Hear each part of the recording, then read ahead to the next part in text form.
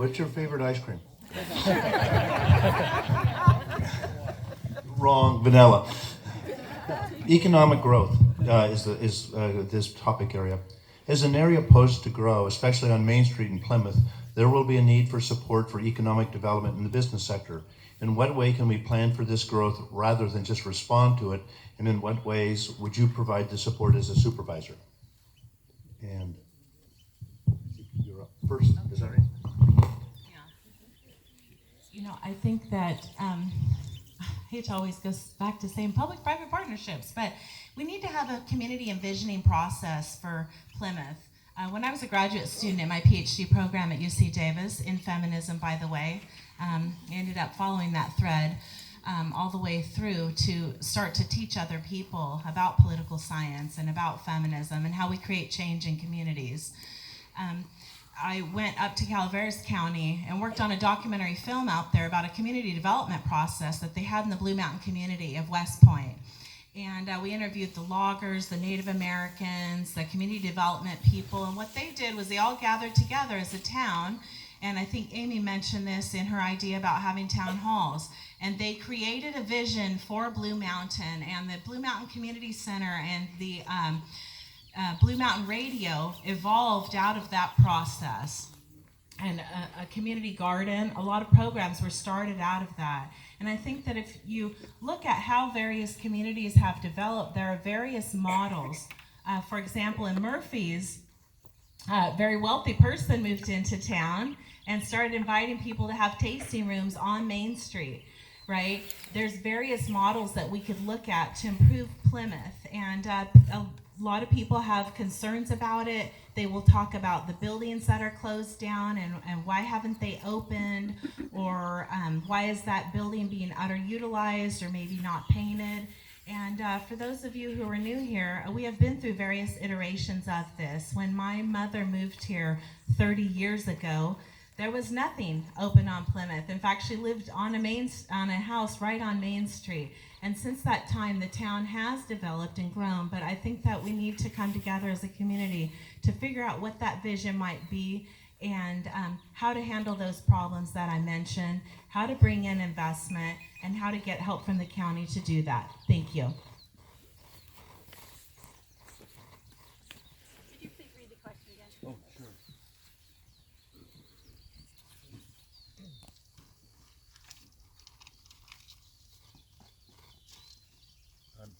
Who's your favorite ice cream?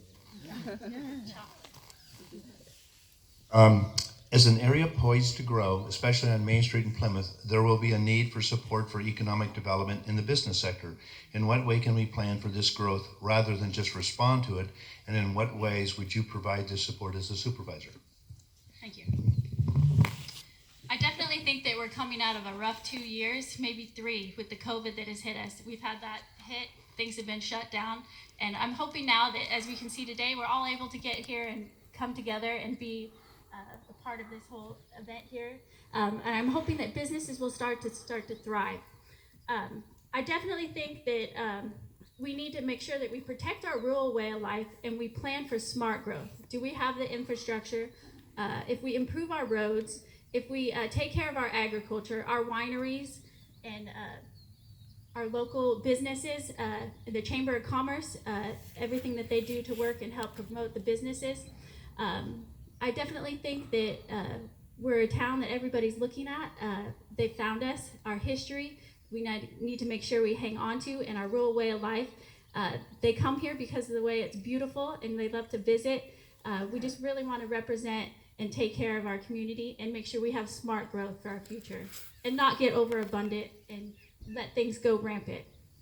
Thank you.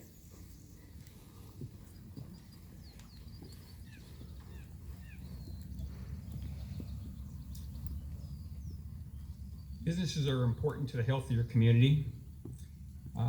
Just recently, we've done it for a lot of years. We also supported their Amador Council of Tourism and also Chamber of Commerce, and that's something a business needs to flourish. And what they do is they do outreach to other areas to let people know, hey, we've got businesses up here, and if the businesses need some support, they're there to help them with that.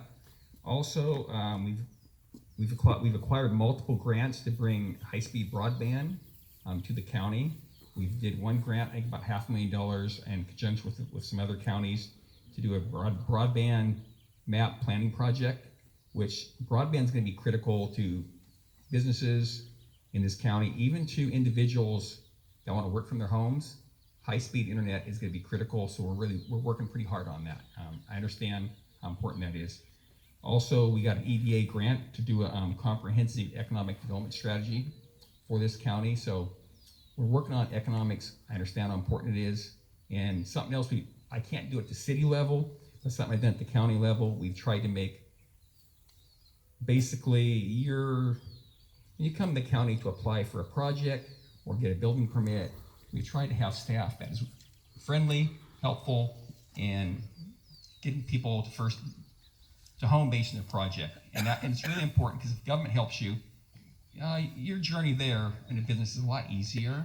It's like, for instance, the state a while back came out with this thing called Certified Unified Program Agency, and I see some farmers and grape growers out there, and that was basically, it was supposed to come in and look at hazardous toxic waste, and it was going to be really restrictive and hurt a lot of our businesses. We worked the state and modified it to make it very business friendly, and it's just actions like that can help your businesses, whether ag or whether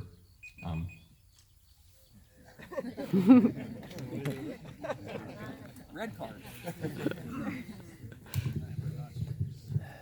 Mint chip is my answer. Listen, this question is actually a good question for me and a hard question for me right now because I believe so much in the economic development of our main streets and our community. And I was such a believer in that I took a crummy little building on Main Street, Plymouth, and I developed it into something that was fantastic. It was hard. The government, the city's process, and I'm sure the county's process, maybe a little less so, was difficult. There's a lot of hoops you have to jump through to open a business in this community, and it really shouldn't be that way. So I will tell you as an elected official, it will not be my goal to add on to regulations that make it hard to open small businesses in our community. If we want to fill up Main Street, we need people to have the courage to put businesses on Main Street.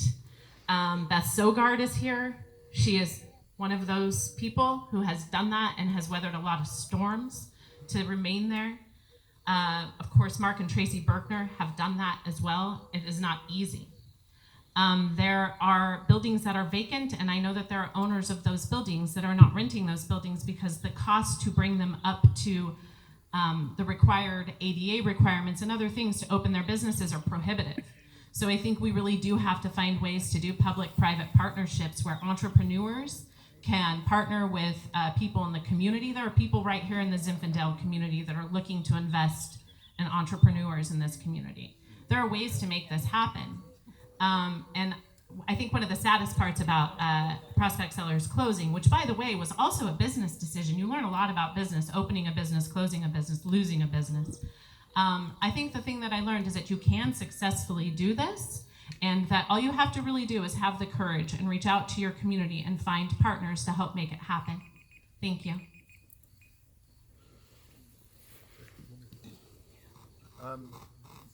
Quick reminder, if you've got 3x5 cars